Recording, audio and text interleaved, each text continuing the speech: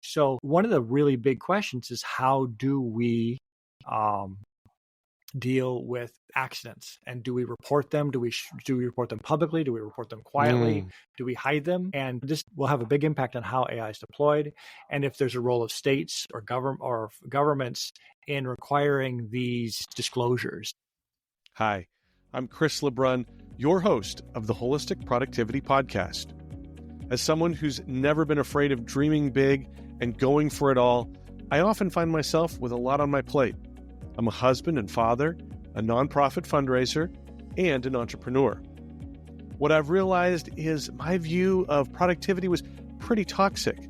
After decades of believing that in order to do more, you had to work harder, I began to see productivity as this beautiful thing. Holistic productivity is the idea that you can accomplish your professional, personal, and purpose-driven goals in a healthy way, and doing so will make you happier and more fulfilled. Join me each week as we break down myths about productivity, share practical tips for maximizing your time, energy, and focus, and hear from others about their productivity journey. This is the Wholistic Productivity Podcast. Welcome to this episode of the Wholistic Productivity Podcast. My name is Chris LeBrun. I'm your host. I'm a productivity coach, and it is great to have you here with us for this episode.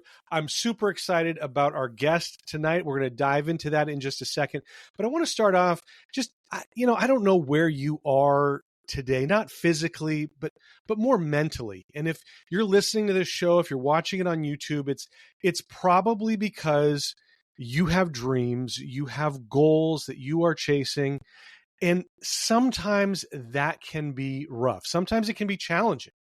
We can let doubt and frustration creep in when things aren't going according to plan, when it's not happening fast enough for us. So if that's where you are today, if that's the emotion that you're feeling and coming into this show with, first of all, you are in the right place. But here's what I'm going to say. Don't give up.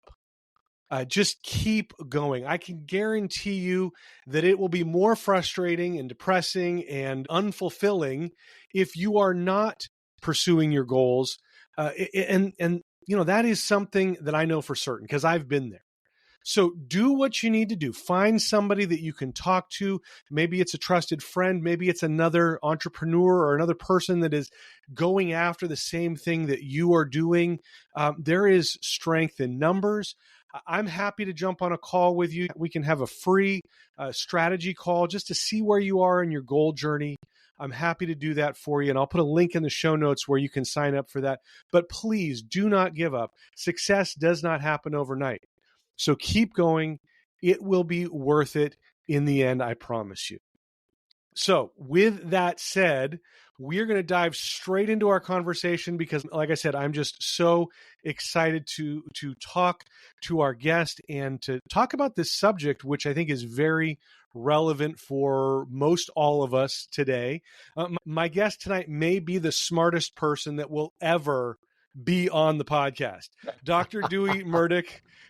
Dr. Dewey Murdick is a professor, a researcher, and a data scientist who is a leader in the field of artificial intelligence policy and security analysis. Dewey served government agencies, including the U.S. Army, the Office of the Director of National Intelligence, and the Department of Homeland Security. He directed an analytics and research team and machine learning and data research as the Director of Science Analytics at the Chan Zuckerberg Initiative. And Dewey was the founding director of data science and the executive director of Georgetown University's Center for Security and Emerging Technology. That's CSET, for those of you who are following along, where he was regularly advising U.S. and international policymakers and organizations on AI policy, emerging technology analysis, and technology foresight. That is a mouthful, Dewey. We're going to break all of that down here a little bit. But Dewey recently transitioned from the front lines of policy advising at CSET to be a senior fellow and professor at the Walsh School of Foreign Service at Georgetown University. And as we see AI take a larger role in our everyday life, it is great to have somebody like Dewey who can help us understand the opportunities and the challenges that exist with this type of technology. So, Dewey, welcome to the show. Thank you so much for being here. It is great to have this conversation with you. Chris, it's always a pleasure to chat with you, and really excited to be here. I'm really looking forward to the conversation. So here's how I want to start out today. And my first question is, am I going to be able to understand what we are talking about today? I'm not concerned so much about my audience. They are, as we would say in Boston, they're wicked smart, right? But I worry that I'm going to get lost on my own show, and that would make me look bad. So can we agree that I'm going to be okay tonight? Is that going to be good? No, if you get lost, I've failed. So no, I'm really looking forward to it. It should be very understandable. Good. I'm glad to hear that. I think most of us started becoming aware of AI in the last couple years as we saw ChatGPT starting to gain popularity. I know you have been dealing with these issues, machine learning, artificial intelligence, for years. Can you start off by giving us sort of a brief history and timeline of AI, both in the areas of government and research, but also for regular folks like us? Oh, I'd be happy to. So yeah, you're right. Artificial intelligence right now is all transformative. It's very exciting. It has a lot of potential, and it's in the news like nonstop, almost too much, I think. The concept started at Dartmouth in the 50s. Basically, they're like, hey, the brain works with these neurons, and isn't that cool? Maybe we can make a computer do something. So they kind of simplified it and said, okay, well, let's have a summer study and we'll figure out this AI stuff in a summer. Well, they probably weren't that arrogant, but they thought they would be able to make some good progress. They created this really good approach. It went well. They started developing, got a lot of funding, made a lot of promises, and a lot of excitement got going, but it didn't always pan out. We had this concept of what they called expert systems, where basically AI was asked to follow a whole bunch of rules, and the rules just were really detailed, and could beat you at chess and tic-tac-toe. It could tie pretty quickly. But the problem is real life. As we all know, rules are not enough. You actually have to have a little bit more. And you collapse under the weight of rules. For those who grew up in some religious communities, they would recognize the burden of rules. Anyway, so rules weren't enough. So they went through a winter, and really just didn't pan out the way that people had exactly hoped for. And at that stage, people were like, "Oh, this really isn't a thing." And then the technology continued to develop. I'm skipping you don't need to know blow by blow of everything, but there was a pretty big deal that happened around 2011, 11, 12, where computers were getting stronger. There was more data. Big data had been a thing for a little while, so there's a lot of data running around. And with the increased compute and more data, those original ideas that were proposed with this neural network idea and training, being able to really create a new capability, started to pick up. And it was this deep learning revolution that started around 2011, 2012. It had been going on for quite some time, but it really started to pick up some steam. And people started solving problems that they never could do before. They could train a computer to do something. It could recognize images. It could do a lot of other cool things. And it just started to grow and grow. At that point, I was actually funding research, AI research, at the Intelligence Advanced Research Project activity, IARPA. So we're trying to push the frontiers forward as fast as we can. And in that process, we started doing incredible things like being able to predict things that couldn't be predicted before, being able to develop capabilities that just couldn't be seen before. And it was really transformative. And so at that stage, AI started to become really, really useful. Now, AI has been around for a while. You've had AI capabilities all over the place, and they're in your search engine, they're in your Netflix recommendation system. They're when you're calling for call center, the AI is involved. There's transcriptions, there's all this stuff. So we're seeing AI explode everywhere. Anyway, I didn't go through both winters and all the details, but that's just a rough overview. Was that helpful?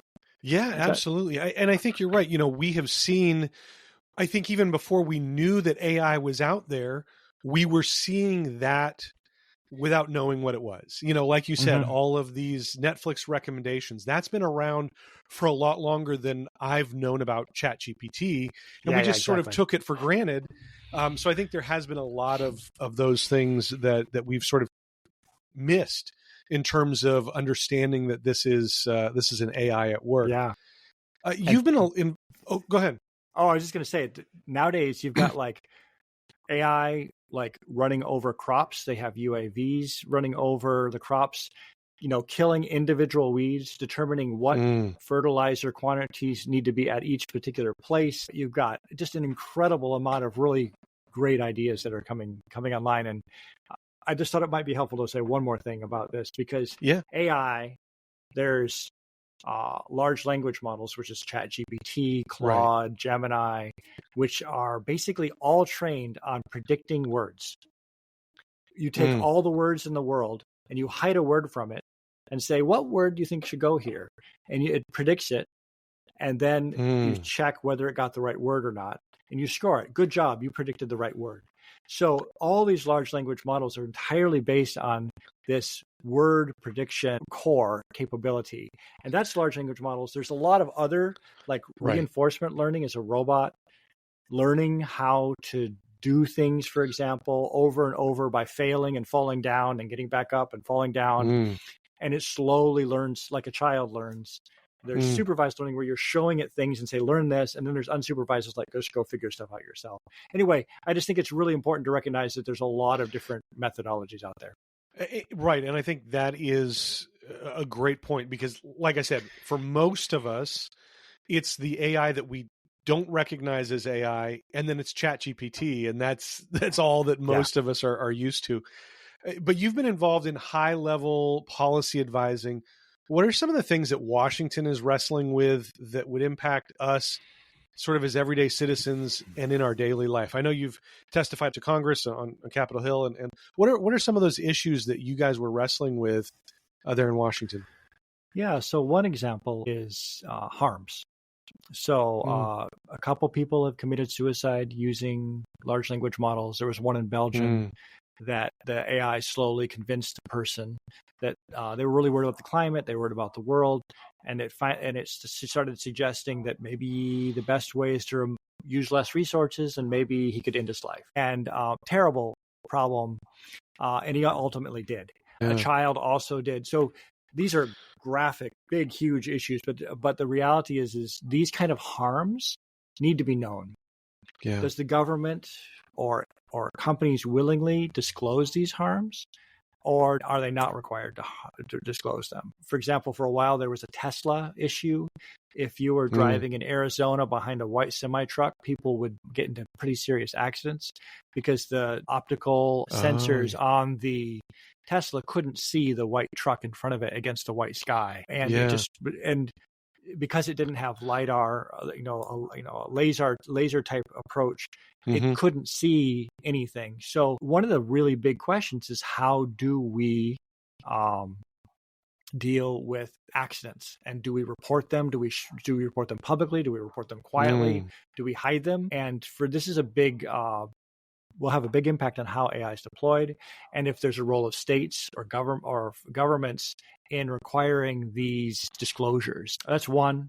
I'll give you one other. I mean, we can go on for quite some time. Another one is it's going to be decided in courts probably, and is a big part of like the screenwriters negotiations, like copyright material, and can AI take your first draft or yours and make it better? What do you get paid for that? Do you not get paid for that? When it generates a script, does anybody get credited for it? Does it, if it sounds a lot like you and and the Wholistic Podcast, it's got your voice, and it's like, wait, that's me. And do you have any recourse to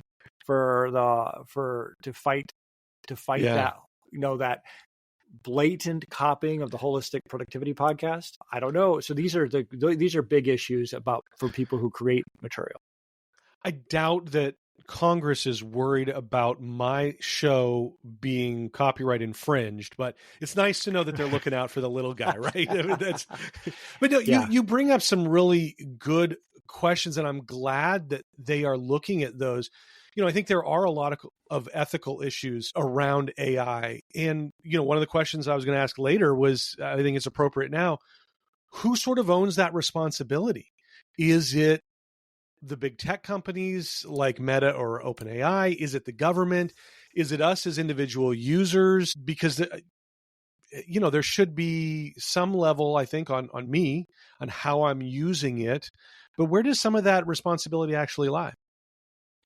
So the European Union has said it's a company's responsibility to develop many of these elements, and that it's the government's responsibility to make sure it's actually happening. The US was kind of headed that way. We were headed more toward a research kind of approach. Anyway, we had a slightly different strategy, but that died. And right now, the current administration has said anything that slows down corporations is not acceptable. That's a very simplistic version of what is being said. So basically, ultimately, any AI needs to be useful.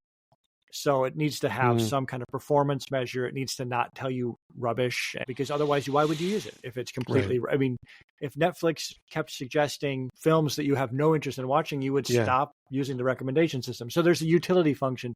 And so right now, the predominant measure that the U.S. is taking is companies will sell products, and if people buy them, they're good. If they don't buy them, they aren't good.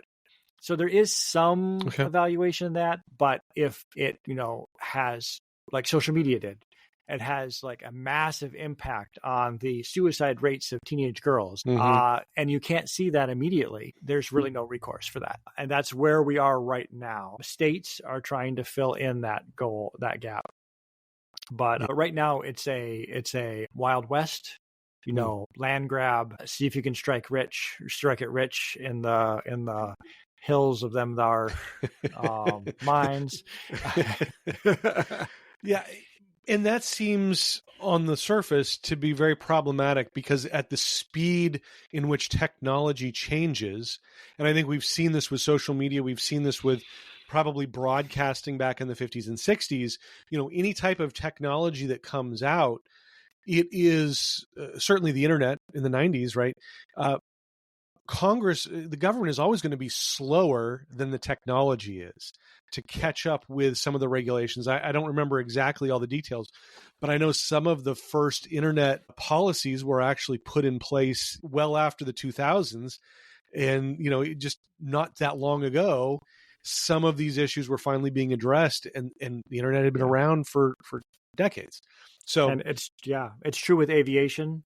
Like the collision avoidance systems really didn't get put up in place until a lot of people died. And unfortunately, I'm not saying that this is good. And I would be hopeful that we wouldn't let blood be the measure that guides policy. Unfortunately, it's typically how things go. Yeah. So shifting gears a little bit, for any of us who have watched Terminator or iRobot or even the movie Her, how concerned should we be about how far AI or machine learning is going to go? I mean, do we need to be concerned about the machines becoming self-aware? And what are the concerns that we're facing right now if it's not that? Yeah, so this is an area that is extremely hotly debated right now. It's unfortunately doesn't have the cleanest answer. So there's a couple different camps that have emerged, and I will try to summarize it very briefly without giving you like all the camps. Basically, there are very smart people who believe that we are very few years away from, for all intents and purposes, an AI system that can meet or exceed a lot of human capacity as a unit, and with agency and the ability to do things at a physical and national and global scale. So there are a camp that are very much say, yes, your worry should be well-founded. It's the most pressing issue of our time. You need to be on this and just make it happen. The reality, from my perspective, is technology adoption takes a while. Even if we had that technology tomorrow, I mean, what did it take? 50 years for electricity to get in the houses in the U.S., all the houses? Yeah. And I realize it's a long tail, So the reality is these general purpose technologies take a long time to adopt, and we'd have to figure out how to use them. When lasers were first invented, the first thought was not, hey, this is going to revolutionize the music industry by giving us compact discs. I mean, it was just not a thing that people thought of. That was a while later, and it takes people's creativity to figure out how to apply it. Some of the early advertisements by Google about Gemini, they're saying, you could do it for this. I'm like, whoa, I would never use it for that. And so we're all discovering how to use these tools. So that takes time. The reality also is AI doesn't have the agency that you and I think of when we think about human performance. Getting a Terminator launched is a lot of work. Humans are crazy hard to kill in quantity. We're very survival minded. So there's a whole camp that is much more skeptical about the rapidness of the adoption. I think we have to take it very seriously. I think we have to be very thoughtful about it. There's a lot of things going on in this world that can keep you up at night. And I think it adds to the list. And I think we as humans need to be aware of the harms and need to be good citizens and say, this harm is unacceptable to me. I'm going to communicate with my community that this is not a good thing. And I think we all actually have a lot of agency here and a lot of potential. Let's pause here for a quick break. We'll be right back. If you've ever gone down the rabbit hole of trying every to-do list or project management app, you know how exhausting it can be. You download the app, you set it up, enter all your data, and then scramble to cancel it before the trial ends. Trust me, I've been there, and it's no fun. That's why I love Efficient.app.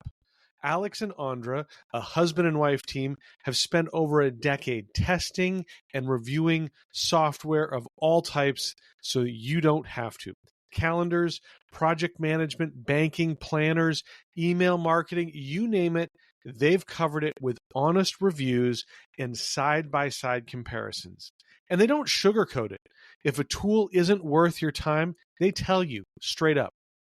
I've personally found their reviews super helpful when I was trying to sort through different project management apps. It saved me a ton of time and frustration. Best of all, they often have special deals on the tools they recommend so that you can save money. I'm especially grateful to Efficient.app because they've been supporting the Wholistic Productivity Podcast since the very beginning. The best way to check them out and support the podcast is through the link in the show notes. So next time you're looking for software, let Efficient.app do the work for you. Trust me, you will not regret it. Yeah, I like what you said. I mean, it's community. Ultimately, if we're connected with other people, we are going to hopefully have some more of that, those thoughts coming in that are helping us to process what we're seeing with the artificial intelligence. I have a friend who is using ChatGPT right now for counseling. And, I've expressed concerns over that because I think on one level, there is probably some benefit from that as opposed to not talking to anybody. But I know that when I feed stuff into ChatGPT, it's very supportive of me, and it goes so far to always say, "Oh, Chris, that was great. That's a great thing." I'm like, I just want you to check the grammar on this. You don't need to tell me anything else. Just don't. You're handsome also, Chris. Yeah, I know that. Very it's handsome. Weird because I didn't think ChatGPT could see me. But no, so I think having that community and those people in our lives that can balance out what we're seeing on the AI is probably a huge thing. No, and ChatGPT is actually really bad at this. The sycophantic tendencies of getting really, really praisey of your thinking and actually not giving you good feedback sometimes because it's trying to make you feel good about it. And the reality is humans have no threshold in which adoration and praise becomes a problem. Most humans can handle it. Give me all the words of affirmation. Say more. Yeah. So the reality is they're training the system, and they're realizing the more they praise the people using it, the more they'll use it, which is really a problem because sometimes you need to be said, That's a terrible idea. That's been tried many times, and it hurts people every time it happens. Eugenics, for example, is the example. Like just saying, "Hey, that's a really good." No, it's not a good idea. We've tried it. It's just terrible. Yeah. Well, I think that leads me to the next question, is because so many people are using AI for quick answers. Yeah. How should we be using it in our decision-making process so that we don't start outsourcing our judgment entirely? Or can we do that? Is it possible to use it so that we're not just letting it make all the calls? Yeah. So this is a really good question. This gets into your productivity element. I think that's really important. So when people say, "Oh, Chris, you used AI for that paper," the first assumption is you gave it a prompt and you just copied and pasted and did it. That's not a great use of AI. Would never recommend it. And it's generally not the way people use AI who use it well. And minimally they edit it, but usually it's not expressing what they want. It might get them through a writer's block phase and get them over like, "Oh yeah, okay, I like that, but no, yeah, okay, I'm going to edit and try and revise it." So this process of revision is part of any good user of AI systems. Yeah. You now have options for like these deep research modules where you can basically take what you wrote or what it gave you, and you could ask it to go search the internet, search reputable sources, search sources of what you think, and say, "Please fact check this." And you can actually, it takes a little bit more time. Sure. But if it matters, it's worth it to have either a deep research, or I often will use another large language model. Like I'll start with Gemini because it's really good at keeping up with current facts and stuff like that. And then I'll go to Claude, which writes better.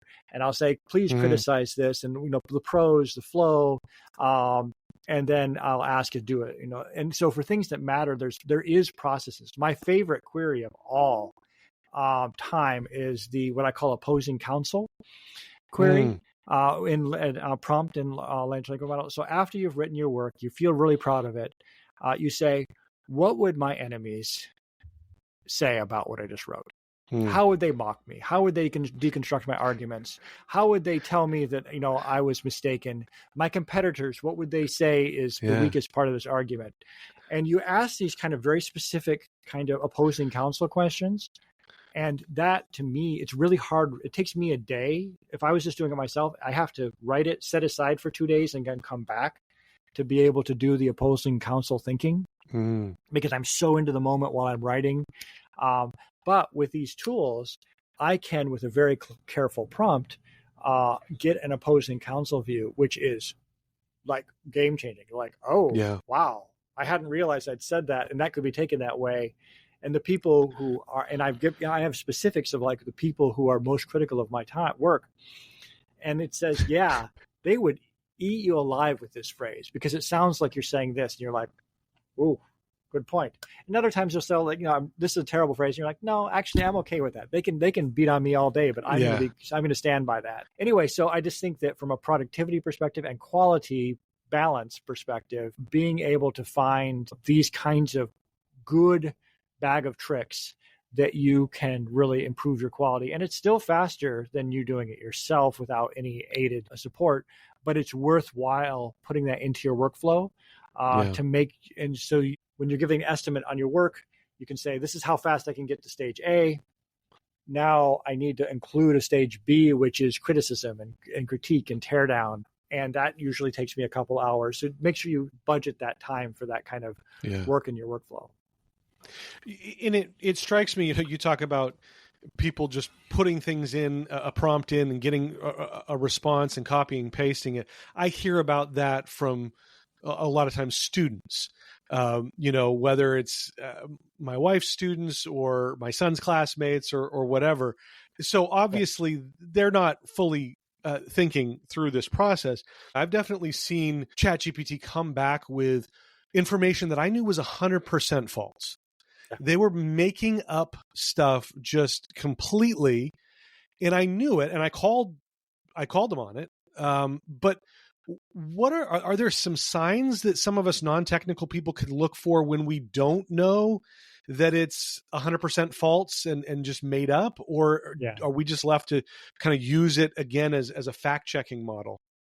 First of all, I don't usually ask large language models to make up stuff from scratch. I don't really ask it a question because I don't trust it. It's not good enough from my perspective to really rely on it. Okay. So what I do is I usually write first, I pull sources, I write stuff down, and then I ask it to improve my work. So that's my most usual, highest productivity workflow. Yeah. The ex nihilo form of, sorry, I forgot in Latin, like the out of nothing approach to using large language models is really dangerous. So, but let's say you need to do that. I need to take this approach. There's a couple ways that you can check things. One, you can turn on that deep research mode and say, can you please fact check this? You can ask another large language model that isn't as self-adulating like as ChatGPT to go tear it apart. And tell it your job is to criticize this piece and find the factual issues and do that kind of thing. So those are very viable ways. I still think, sometimes going and actually looking at sources. Gemini always provides sources. Go look at the source. This is actually what it said. I highly recommend taking the time to do that. It also helps you get more context and makes you more wiser, which I'm a big fan of. So I think that those are like strategies. I think also just recognizing what it means to learn in the age of AI is actually really a big deal, because when you and I were in elementary school, we couldn't write worth a lick, and we wrote something and the teacher came back and said, this is horrible. Yeah. But this sentence was actually good. And you're like, oh, okay. So I got some positive affirmation, a negative one. I can do it again. I discovered alliteration, and everything I wrote was in alliteration, which was a total nightmare.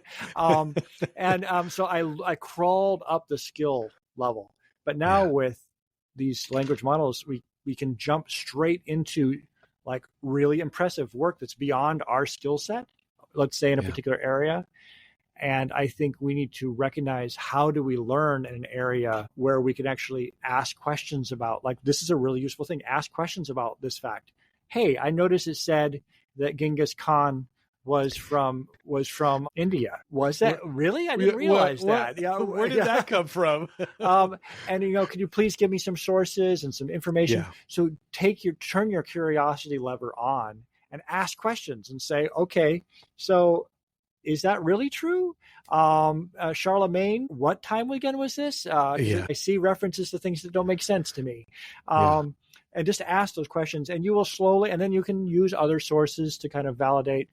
It's not easy peasy, but it sure is faster than learning the old way. And I just think we need to recognize that it's a process. Let's pause here for a quick break. We'll be right back. Living with pain is no fun at all. Whether it's sore muscles from a workout, nagging joints, or even stress that just won't leave you alone. That's why I love Little Golden Shepherd. They make all natural butters from organic herbs and essential oils, formulated to ease pain, reduce stress, and even soothe sensitive skin. I use the muscle butter after tough workouts, and the joint butter is perfect for my knees, which somehow were bad even when I was a kid. I'm so grateful to have Little Golden Shepherd sponsoring the Wholistic Productivity Podcast. The way they support the show is super simple. Every time you shop through the link in the show notes, a portion of your order helps keep this podcast going. And here's the best part. If you use the promo code WHOLEPROD, you'll save 15% on your first order. That's promo code WHOLEPROD, WHOLPROD. Try Little Golden Shepherd today. You're going to love it as much as I do, and your muscles will too. So from your perspective, working with artificial intelligence all the time, what does it look like for us to start teaching AI in school? Because I think a lot of times the answer is, you are banned from using it. Um, is there a better way? What should we be teaching, and when should that start occurring? Yeah, so this is ongoing research right now. I've been looking at, there's a few papers out there and some good research that is just starting to come out. So the answer is not going to be authoritative. I'm too much of an academic to give you a emphatic, oh yeah, because it's not, we don't really know yet. But we have seen cases where if you use it certain ways, your critical thinking goes up. And if you use it other ways, your critical thinking goes down. Yeah. So presumably there's a right way to use this, or a better way to use it, and a worse way to use it. I just started this new job working on the future of post-secondary education at Georgetown and around the world. What does this look like? How do we develop AI human interaction that allows a teacher to teach more effectively, a learner to learn more effectively, and research to be done more effectively? So those three aspects are central to any university. And I've kind of come up with a number of hypotheses that seem right based on experience. And now we need to actually do research. I think there is a way to maintain critical thinking. I think a lot of students get, and I'll use incendiary language, but like boneheaded assignments. And they say, I can get an AI to do this without, like, this is so stupid. It's just a busy work project. Yeah. So I actually think we have to up the difficulty of the problems we're giving human AI teams way higher. We need to recognize how the learning process develops in this new way. And actually, it's still hard. In other words, rewiring your brain is hard no matter what you're trying to do. And we need to figure out where to put that rewiring. And actually, I think each of us will choose where to rewire our brain. For example, you might say, I really appreciate the mental perspectives that I get from learning lots of languages. And so you're going to say, it's worth my time to learn a couple languages because this broadens my mind and rewires it in a way that's really profound for me. I might say, tensor calculus is the cat's meow. And I'm going to spend who knows how long trying to figure out how to use this. Not many people need to do that, but there's a few that really do need to rewire their brain that way. Yeah. Other people say, I really want to be a writer. I really want the joy of putting two words together that are beautiful. So you're going to use AI very differently. You would not want AI to be a translator for you because you would short circuit the thing that you've identified as your meaning in life. Yeah. I wouldn't want it to just do tensor calculus for me because I wouldn't get the opportunity to rewire my brain. And I think we're going to have to make these kind of choices about where we're going to put energy and where we're going to let AI short circuit certain learning processes because it's not as important to us. It's not as relevant to what we need to learn. But anyway, I could go on, but there's a bunch of these types of hypotheses that will direct research and help us figure out what the right way to learn and teach and research. Yeah. Well, I'm glad that it's being looked at Georgetown and other places, because again, it's a huge issue that we're going to have to face in education at some point. I think at some point being now, I think. Yes, but I don't think it's going to go quickly. I don't think we're going to have an answer next week, Oh, sure. Yeah. So it's still further down the road. One of the things that I got really excited about over the summer was I was talking to a buddy and he said, I'm using this program to help me code applications. Mm-hmm. And I was just fascinated by that. So a lot of us just know the large language models, the ChatGPTs, the Claudes, the Geminis.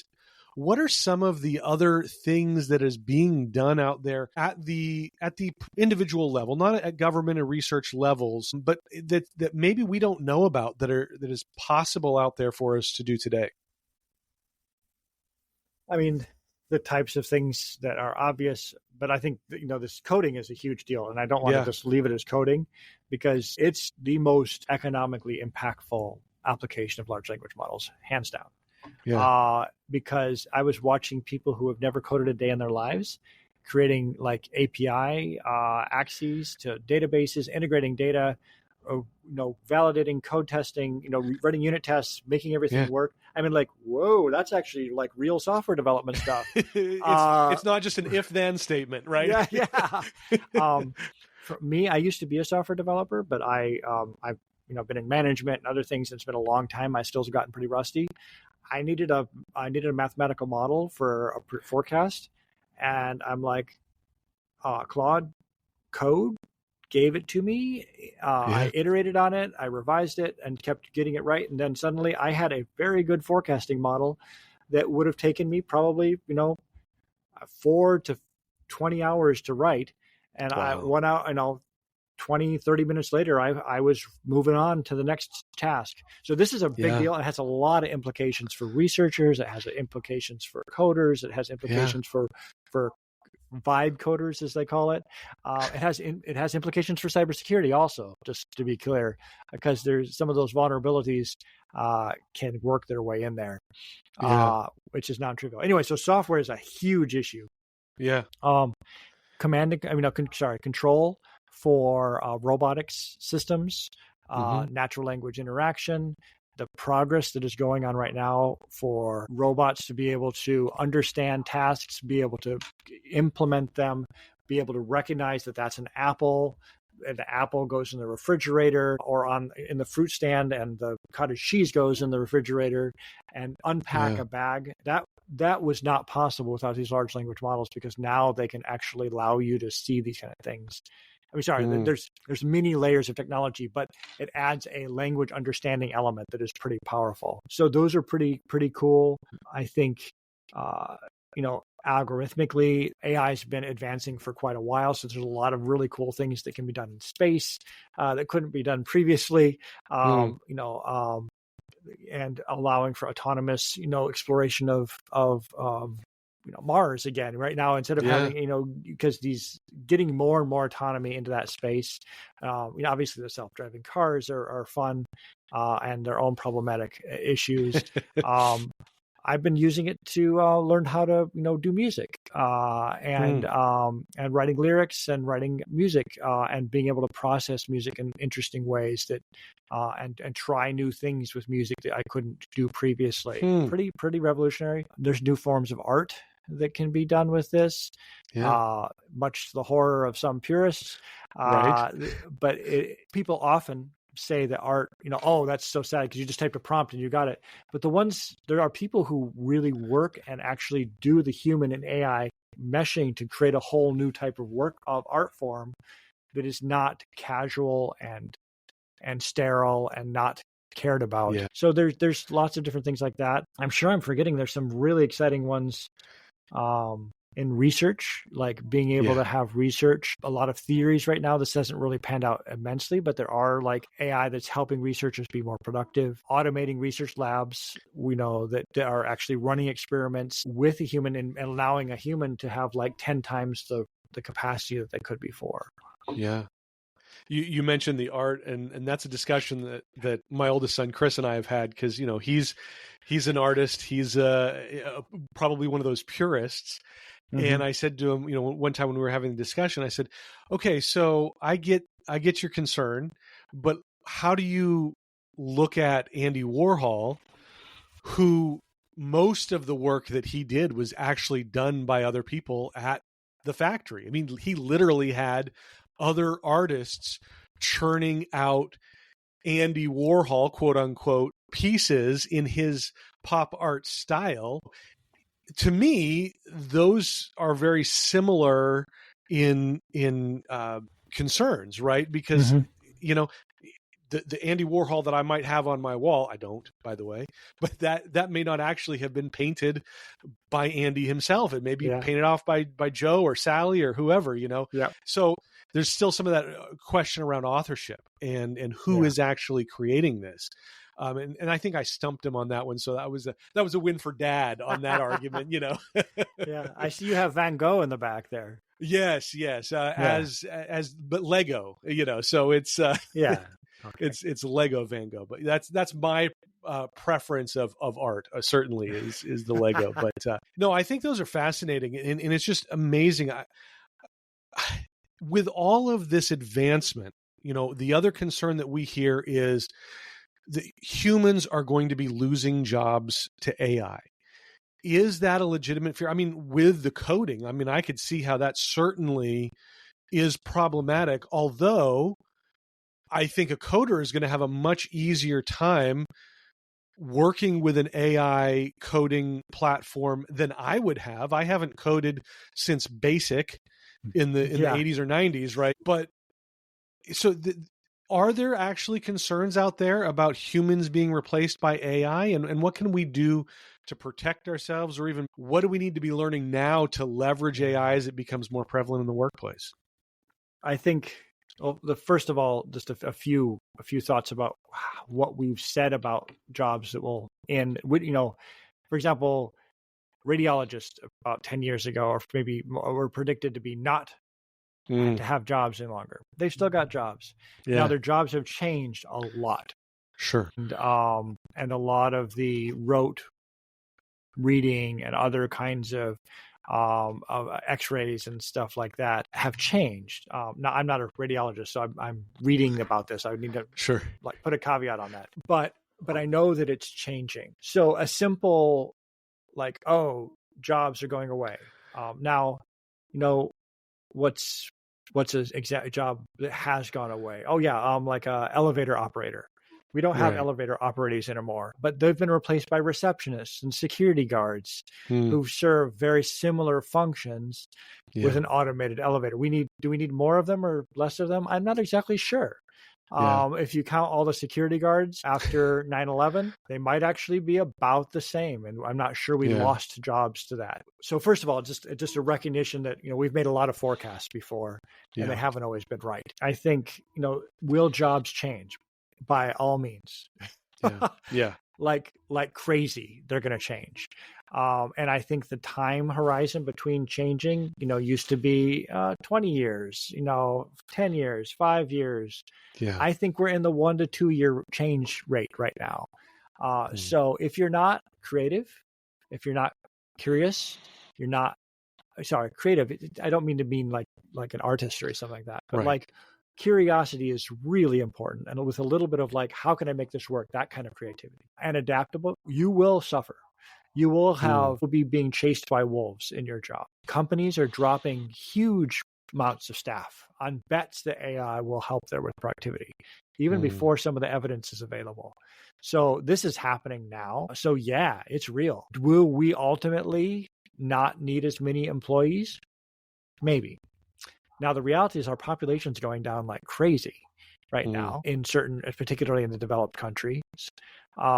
So we might need less and it might match our. So anyway, I'm not ready to pull the panic button, but I am ready to pull we've got to educate differently.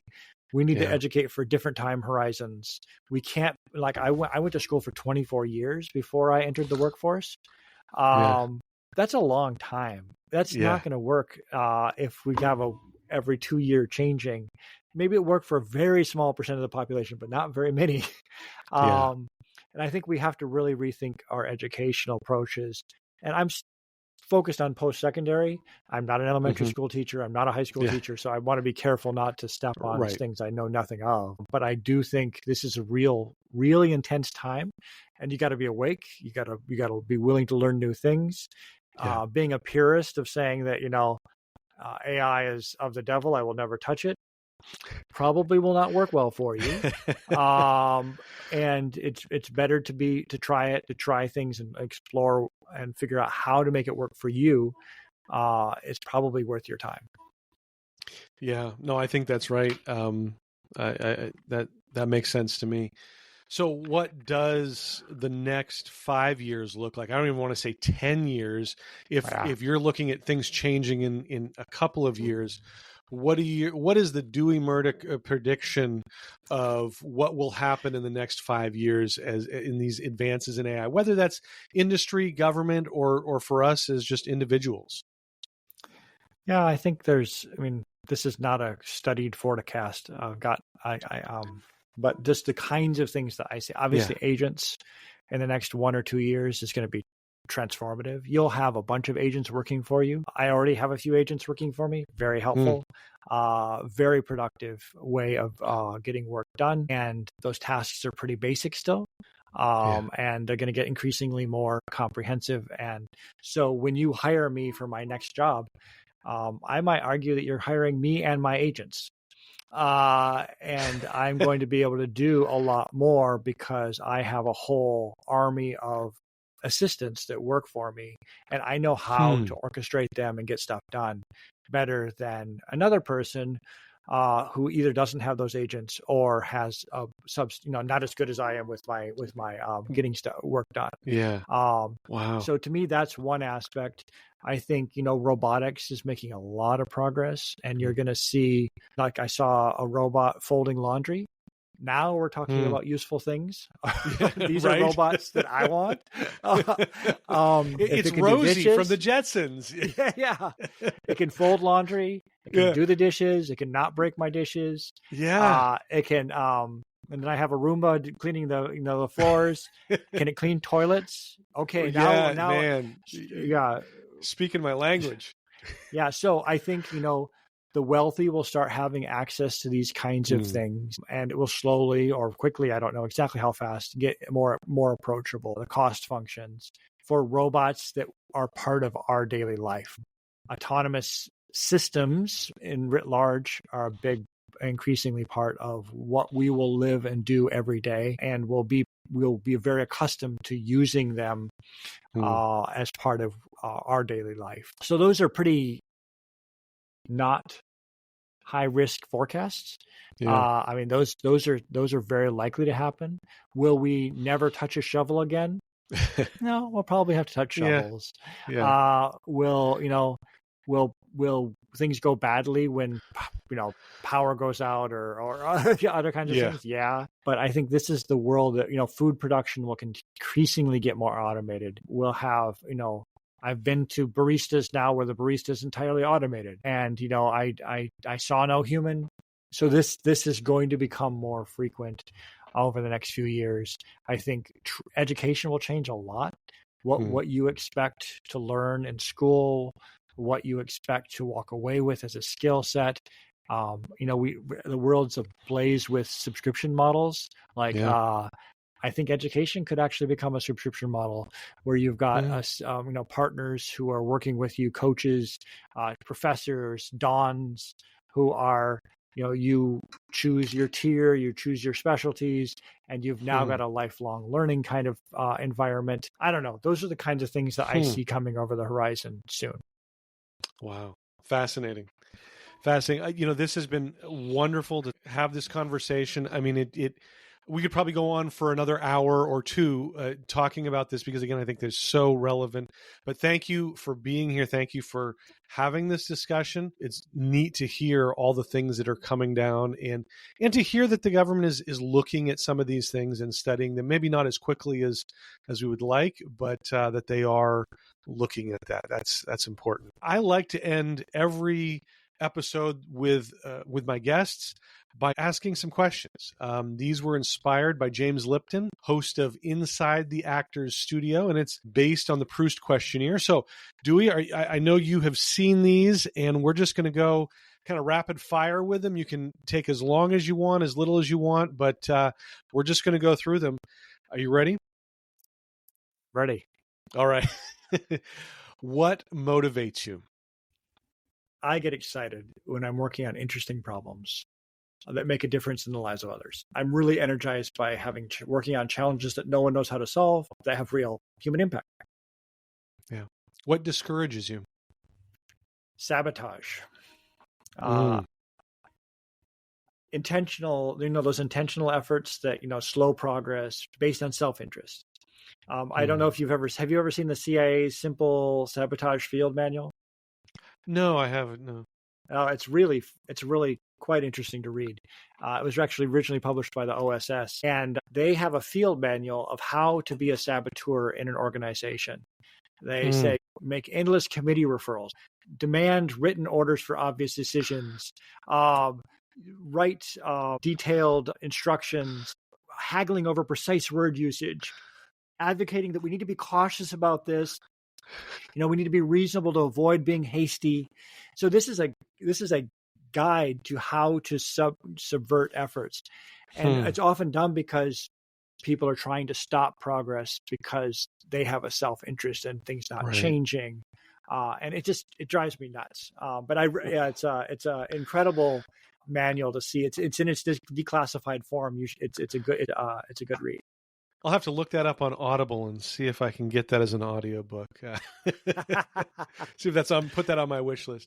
What is one word that describes you at your best? Curious, for sure. One word that describes you at your worst?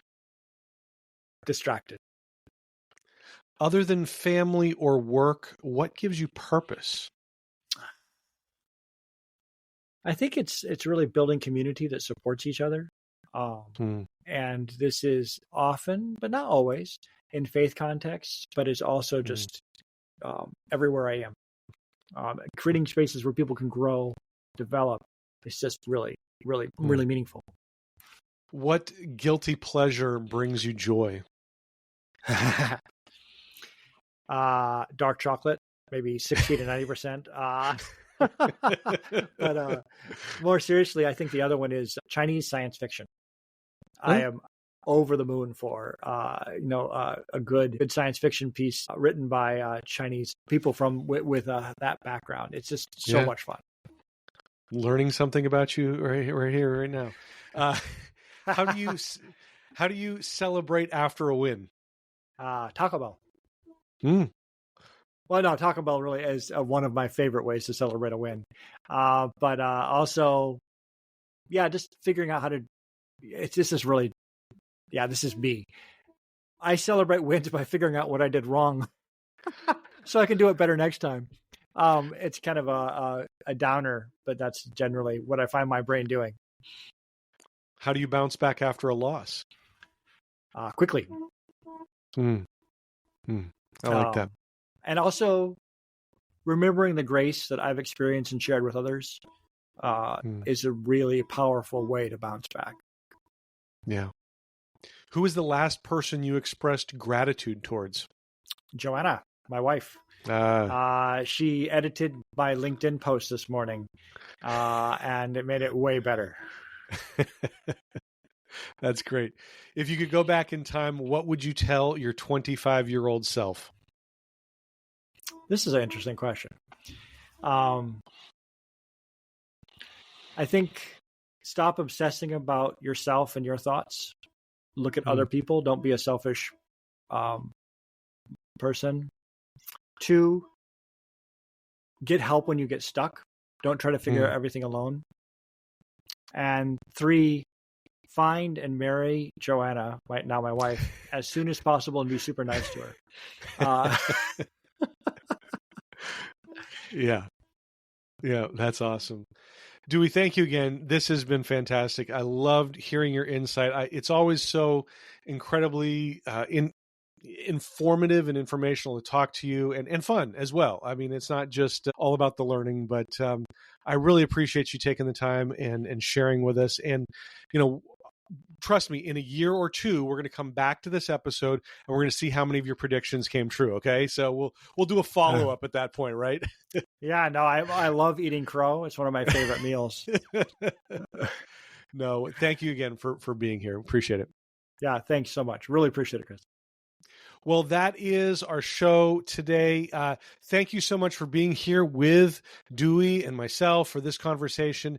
Check out the show notes. We will put links to how you can connect with Dewey, how you can follow along with his career, that brand new LinkedIn page that he has. We'll start with that, but you can find those at wholisticproductivity.com, and we'll have all the show notes there. Make sure that you are subscribed on your favorite podcast platform so that you get all of the new shows as soon as they come out. We're also on YouTube as well. You can watch the show there. Just like, follow, subscribe, whatever it is on your platform, make sure that you're doing that. Be sure to follow at Wholistic Productivity on all of the social medias, Instagram, Facebook, Threads, LinkedIn, Substack, YouTube. Again, just lots of great productivity tips, motivation for you as you are on your goal-seeking journey. So again, make sure you're doing that. And we're just so grateful that you took this time to be here with us for this show. As always, my goal for the podcast is to help you dream big, plan smart, and live fully. So thank you so much for being here. We'll see you next time. Before I sign off, close your eyes for a minute, unless you're driving. But close your eyes and imagine this. It's Friday. You're excited for the weekend. TGIF, right? You're wrapping up the work week, getting ready to leave the office. But as you're walking out the door, you start to reflect on the week and you say, what did I even accomplish this week? It's a frustrating feeling and a horrible way to start your weekend.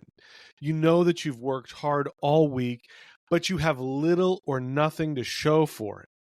If you've ever had these feelings at the end of your week, I have a special offer for you to help you on your productivity journey. I talk about it all the time. Being intentional with your time is one of the biggest parts of productivity. And one of the best ways you can be intentional is to plan your week. Planning your week provides clarity on your priorities. It eliminates confusion about what needs to be done, and it sets you on a path for success. Now, I've developed the perfect tool to help you plan your week. I call it my Sunday strategy, and I want to give you my Sunday strategy worksheet and guide absolutely free when you sign up for my weekly newsletter. The guide offers clear strategies for using the principles of holistic productivity to plan your week. You'll have a mindset shift away from the toxic aspects of productivity, and you'll get step-by-step directions for using the Sunday strategy worksheet.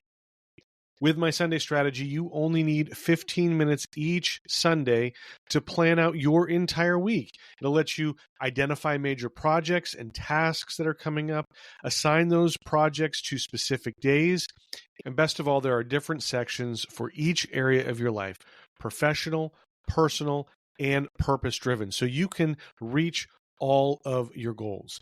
My Sunday strategy worksheet also includes a weekly habit tracker to keep you focused on the habits that you want to develop.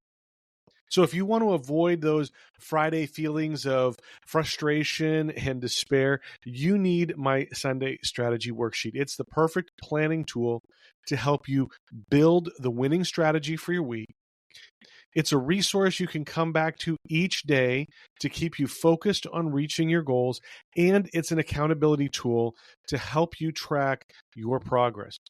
Basically, it can help you have the most productive week ever. Like I said, it is completely free when you sign up for my weekly newsletter, which also features more strategies and tips to help you dream big, plan smart, and live fully. To get my Sunday strategy worksheet and guide, go to mysundaystrategy.com and sign up. That's mysundaystrategy.com. There will also be a link in the show notes, but again, mysundaystrategy.com. Look forward to having you back here for the next episode of the Wholistic Productivity Podcast.